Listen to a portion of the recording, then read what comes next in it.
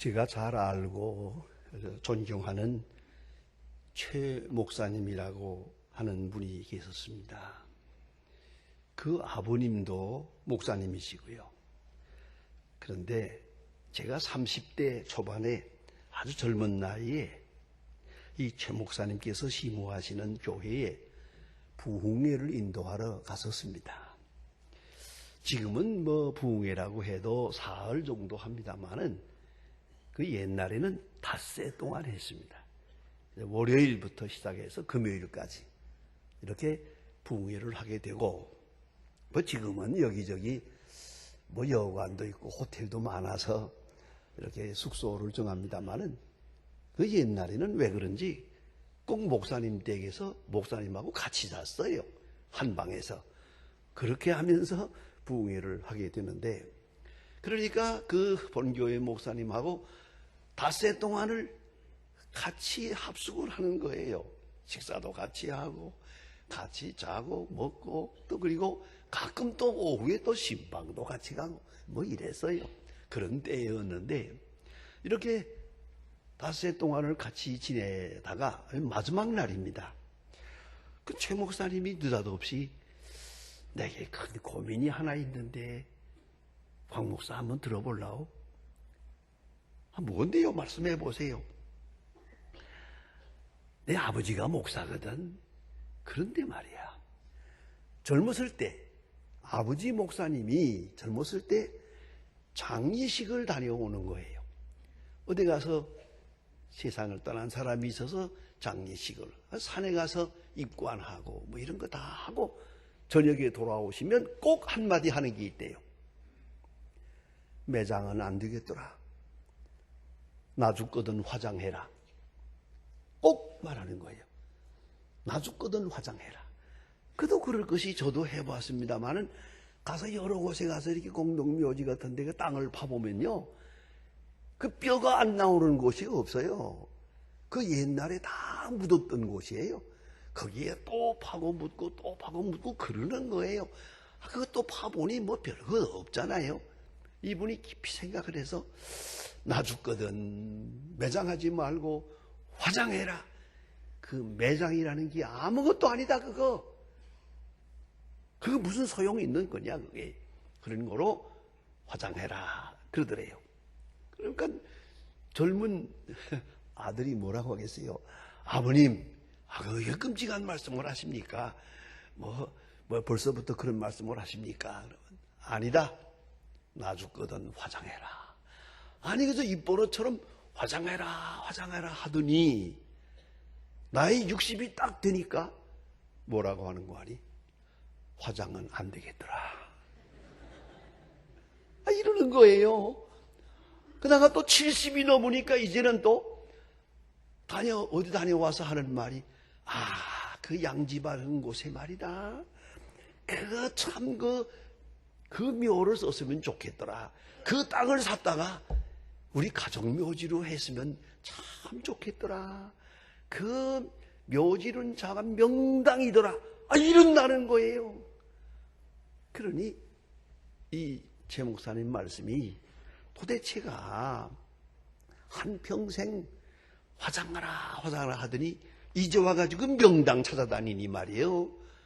도대체 믿음이 어디에 있냐는 거죠. 그 믿음의 소재가 어디에 있느냐. 이 흔들린다고 그 고민을 나한테 얘기한 것을 제가 꼭 기억하고 있습니다. 잊을 수가 없는 충격적인 말씀이었습니다.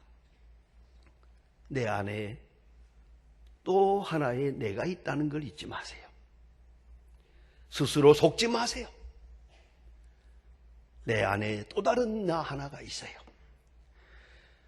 그 정체를 알아야 돼요.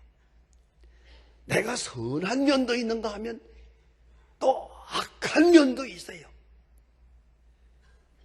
이렇게 전혀 다른 얼굴의 두 사람이 함께 가고 있다는 걸 알아야 돼요. 그 사도 바울은 유명한 말 하지 않습니까? 예? 원하는 나가 있고 끌려가는 내가 있어요.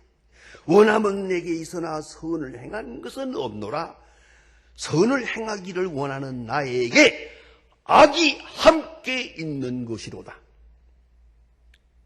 사도 바울은 로마서 7장에서 절절하게 말합니다. 그리고 말합니다. 오라 나는 곤고한 사람이로다. 이 사망의 몸에서 누가 나를 건져내랴. 사도 바울은 자기를 직시할 줄 아는, 자기를 객관시할 줄 아는, 자기가 자기를 볼 줄 아는 정직한 하나님의 사람이었다는 말입니다. 여러분 잘 아시는 대로 이스라엘 백성이 애굽에서 나왔습니다. 그 10가지 재앙을 보면서 나왔고 출애굽해서 홍해를 건너는 엄청난 기적을 보았습니다. 홍해가 갈라지고 그 사이로 통과하는 이 기적 상상만 해봐도 얼마나 굉장합니다. 자, 그런데 이런 기적을 체험한 사람이요, 그 백성들인데 조금 어려운 일이 있으면은 하나님을 원망하고 애굽으로 돌아가자. 이 세상에 이럴 수 있습니까? 뭐 인간들이 이럴 수가 있느냐고. 뭐 성경을 읽다가도 가끔 화가 나요. 뭐 이런 인간들이 다 있나요? 그 큰 기적을 보고 구원받은 사람들이 오늘 조금 어렵다고 해서 어떻게 애굽으로 돌아가자는 말을 하고 모세를 죽이겠다는 말을 하고 있냐 말입니다. 이것이 옛날 얘기만이 아닙니다.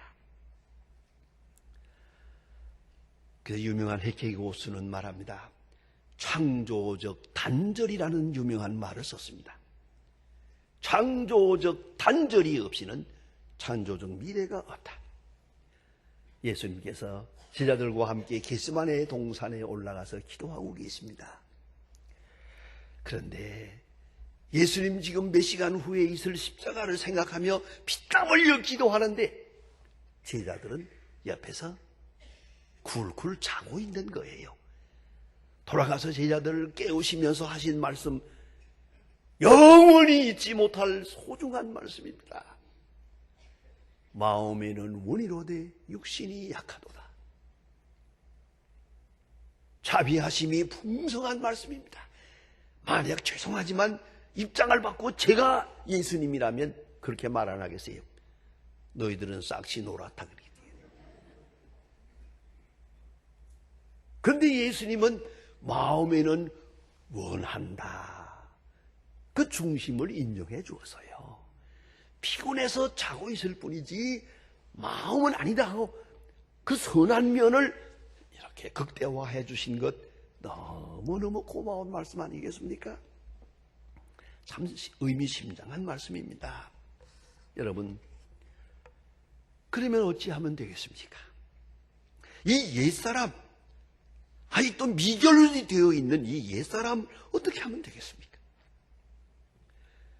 오늘 본문에 보면 원칙과 원리적인 말씀을 합니다. 가장 기본적인 원칙은 사도 바울에게서 듣습니다. I am crucified with Christ. 나는 그리스도와 함께 십자가에 못 박혔다. 여러분, 내 옛사람이 죽었다. 그리스도와 함께 죽었다는 것을 계속 확인해야 됩니다. 옛사람은 죽었다. 옛사람은 죽었다. 유명한 얘기가 생각이 납니다. 내가 본인에게서 직접 들었습니다. 김익두 목사님이 신천장의 유명한, 지금으로 말하면 깡패였거든요. 그러다가 예수를 믿은 다음에 새 사람이 되어가지고 또 다시 그 신천장에 들어가서 전도를 합니다. 집집마다 다니면서 예수 믿으세요, 예수 믿으세요. 그러니까 옛날까지 그 깡패라는 걸 아는 사람들이 이거 들어줄 리가 있습니까? 저 사람이 뭐 사람 됐나? 그러니까 그래서 대답을 합니다. 옛날 김익두는 죽었습니다. 옛날 김익두는 죽었고 새 사람 김익두가 지금 여기 살아있는 겁니다. 그 전도하고 다니니까. 설거지를 하던 어느 아주머니가 구중물을 갖다가 그 더러운 물을 얼굴에다가 확 부었어요. 어디 죽었나 살았나 보자. 그랬더니 김익두 목사님이 툭툭 털고 일어나면서 하는 말입니다. 그럼 옛날 김익두가 죽었으니 네가 살았지. 옛날에 내가 이런 일 당했으면 넌 죽었지. 내가 죽었으니 네가 살았다. 아주 명언입니다.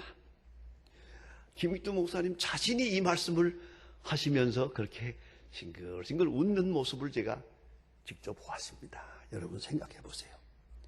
옛사람이 죽어야 됩니다. 얼마나 죽었나 봅시다. 한번 확인해 보세요. 완전히 죽어야 됩니다. 그럴 때 오늘 성경은 말합니다. 성령을 근심하게 하지 마라. 이제 성령으로 살고 성령의 은사로 살고 오늘 본문에 은혜를 끼치게 하라 그랬어요. 유대 사람들의 인격 평가 기준은 이렇게 말합니다. 키스코스 카이스. 키스코스 카이스라는 아주 격언이 있습니다. 이 뭐냐면 키스라는 말은 돈주머니를 말해요. 돈을 쓸 때 내가 어떻게 쓰고 있나 이거 보면 그 사람을 알겠어요. 그 다음에 코스, 이거 술잔이에요. 술을 마시되 술이 취하지 않고 술로 인해서 실수하는 일이 없어요. 이게 인격이에요. 술만 들어가면 영 딴 사람이 되는 사람, 그건 불가한 사람이에요. 또한 카이스, 이건 분노예요. 분노할 만한 일이 있을 때 얼마나 분을 참을 수 있는가, 자기를 다스릴 수 있는가. 그래서 키스, 코스, 카이스라고 히브리 사람들은 인격 평가 기준으로 이렇게 말합니다. 오늘 성경 말씀입니다. 분노를 다스려야 돼. 마인드 컨트롤이에요. 그래서 세 가지로 아주 구체적으로 말씀해 줍니다. 분이 있어도 죄를 짓지 마라. 분노 뒤에 큰 죄가 있다는 걸 알아야 돼요. 분한 마음이 있어도 죄를 짓지 않도록. 야고보서에서 말합니다. 욕심이 잉태한 즉 죄를 낳고 죄가 장성한 즉 사망을 낳느니라. 분노가 있으면 죄를 짓게 되니까 여기까지 가서는 안 되고요. 또 하나는 해지도록 품지 마라. 이스라엘 사람들은 시간 계산이 우리하고 달라요. 우리는 개념으로 봐서 아침이 그날의 첫 시간입니다.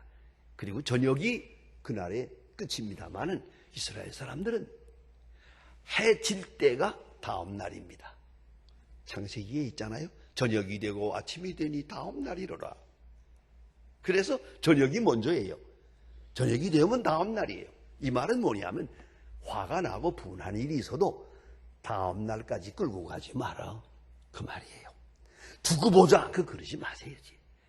뭘 보긴 봐. 오늘 밤 죽을는지도 모르는데. 그러니까 두고 보자가 없어요. 그거는. 예? 그저 오늘 좀 분한 일이 있다면 오늘로 끝. 소소한 일이 있어도 오늘로 끝. 모든 것을 오늘로 끝맺어야지. 두고 보자. 이런 마음을 가지게 될 때 이제 죄를 지켜야 된단 말이에요. 그 다음 말씀이 있어요. 마귀로 등타지 못하게 하라. 분을 풀지 못하고 있으면 마귀가 옆에서 부추합니다. 내가 잘했다. 한바탕 해라 가서. 그 마귀 소리예요. 왜 가만히 있느냐? 그 마귀의 소리예요. 마귀의 소리에 끌리면 안 되는 거예요. 요새 재미있는 책이 하나 나와 있어요. 불평 없는 세상.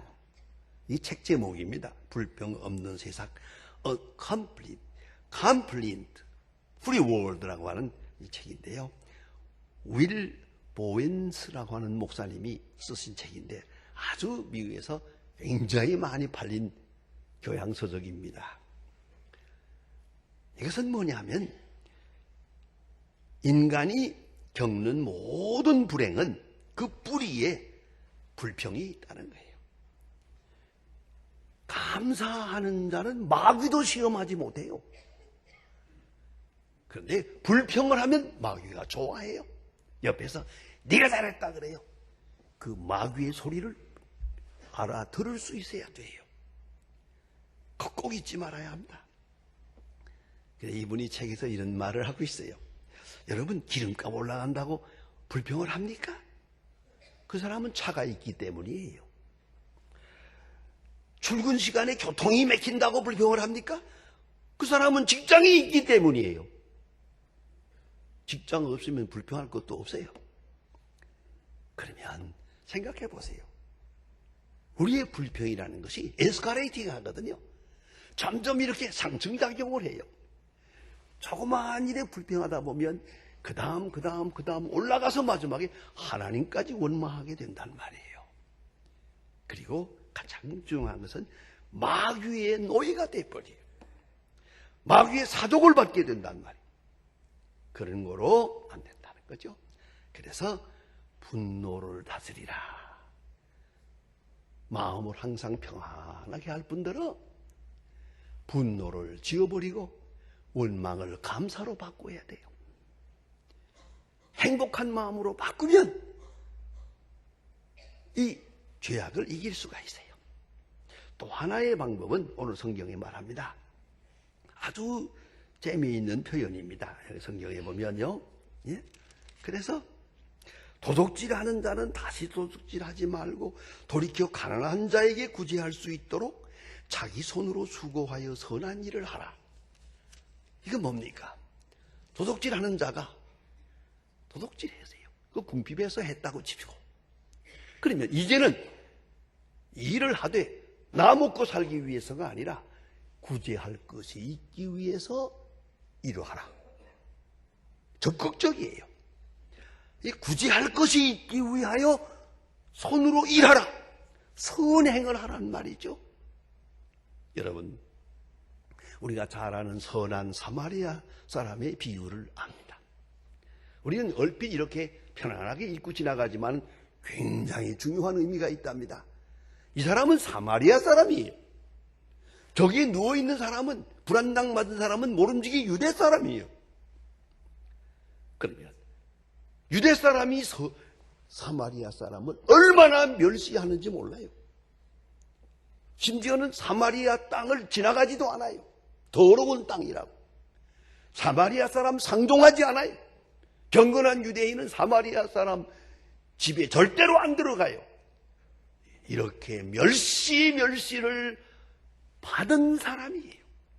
그 멸시를 받는 사마리아 사람이 나를 한평생 멸시하는 저 유대 사람이 누워있는데 아무 생각하지 않고 그 사람을 도왔고 그 사람을 구제했어요. 그리고 또 하나 있어요. 선한 사마리아 사람의 이름이 없어요. 여러분, 우리는 선한 일 별것도 아니만 조금 해놓고는 거기다가 아주 이름을 붙여요. 거기에 문제가 있는 거예요. 선한 일 했으면 훌쩍 떠나면 되지. 거기다가 기념비를 세우려고 하기 때문에 문제란 말이에요. 그런데 여기 적극적이고 긍정적이고 능동적 자세로 임하라는 것이죠. 그래서 도둑질하던 사람 이제는 구제할 거야. 구제해야 된다. 구제하기 위해서 일하라 그랬어요. 얼마나 중요한 얘기입니까? 행동을 통해서만 마음을 다스릴 수가 있어요. 그냥 앉아서 묵상한다고 되는 게 아니야. 명상한다고 되는 게 아니라요. 행동을 해야 돼요. 그리할 때 원수를 사랑하십니까? 원수를 먹여야죠. 용서하는 것만 가지고는 안 돼요. 원수를 먹여야 되고 원수를 마실 것을 줘야 되고 행동함으로만이 참으로 원수를 이길 수 있는 것이에요. 또한 오늘 성경에 귀중한 말씀이 있어요. 제 손으로 수고하여. 손으로 하라. 손으로 일하라는 거예요. 생각하라, 말하라, 설명하라, 설득하라가 아니에요. 노동은 사람의 마음을 신선하게 합니다. 단순하게 만듭니다. 그리고 자기 구원을 이룹니다. 몸을 움직여야 됩니다. 이번 추석에 비가 많이 왔어요. 아이고, 텔레비 나올 때 보니까, 그 젊은 청년들 참 아름답고 귀하더만요. 이거 텔레비를 보고, 이렇게 홍수 만났다는 말을 듣고 찾아왔습니다. 뭘 좀 도울 것이 없까? 아주 잘생긴 아가씨들이 와서 그 빨래하고 일하는 걸 내가 보고, 그래도 저런 사람들이 있어서 이 땅이 복을 받는구나 생각했어요. 수속 놀러가다 말고 휴가를 반납해버리고 가서 그 수혜당한 사람들을 위해서 일하는 젊은이, 아마 어쩌면 일생 동안 잊을 수 없는 좋은 추억거리가 될 거예요. 일하라. 몸으로 노동을 해야 됩니다. 몸으로 해야 됩니다. 돈 몇 푼 던져주고 끝난다고 생각하지 마세요. 그물조물 한다고 되는 게 아니에요. 몸으로. 그리하여야 내가 내 마음을 다스릴 수 있다. 얼마나 중요한 얘기입니까? 제가 우리 교인들한테 가끔 설교할 때 그 양로원 같은 데 혹은 고아원 말만 하지 말고 직접 방문해 보는 게 좋겠다고 그런 얘기를 하곤 했더니 우리 교인 가운데 거기를 어린아이들, 국민학교 다니는 어린아이들을 데리고 갔었대요. 양로원에 가서 음식을 좀 해가지고 가서 거기 노인들하고 같이 식사를 하고 이렇게 이름이 오면서 그러더래요. 그 할아버지 할머니 그 방이 너무 더럽더라.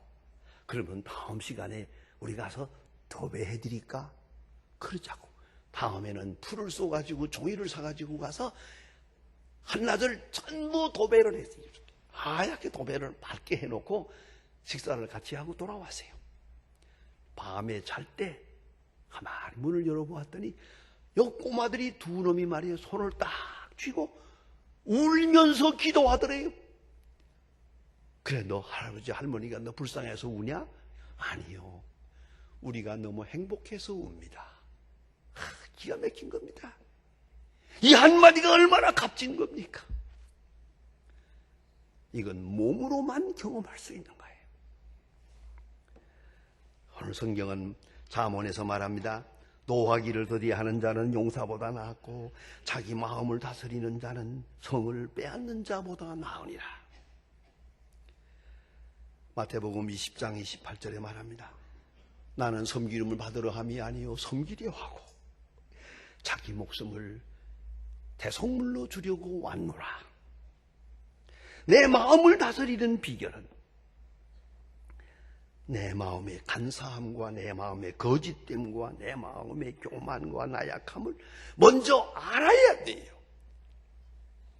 여러분, 유감스럽지만 베드로가 이걸 알았더라면 겟세마네 동산에서 졸지 않는 건데, 예수님 기도할 때 밤새 기도했을 것인데,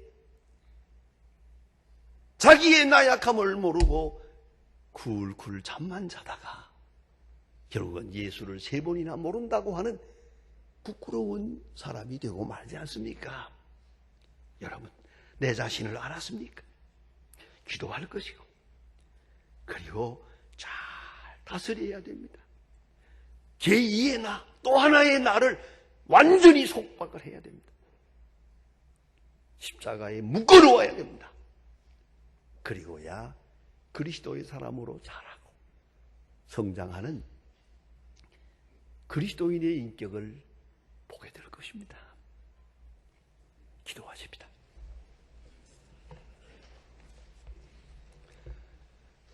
하나님 아버지, 오늘 아침도 주님 앞에 나와 다시 한번 나의 나됨을 주 앞에서 살피게 해주시오니 감사합니다. 나의 어리석음과 나의 나약함과 추한 모습을 모르고 살다가 어쩌다가 그런 모습이 드러날 때 스스로 깜짝 놀랄 때가 있습니다. 주여 용서하시고 불쌍히 여겨주시며 오직 성령의 다스림 속에 살고 오직 은혜를 베풀며 살며 그리고 하나님의 사람으로서의 본분을 다할 수 있고 주 안에서 감사와 찬송으로 일관된 그런 귀한 그리스도인의 인격을 세워가게 하여 주시옵소서. 예수님의 이름으로 기도합니다. 아멘.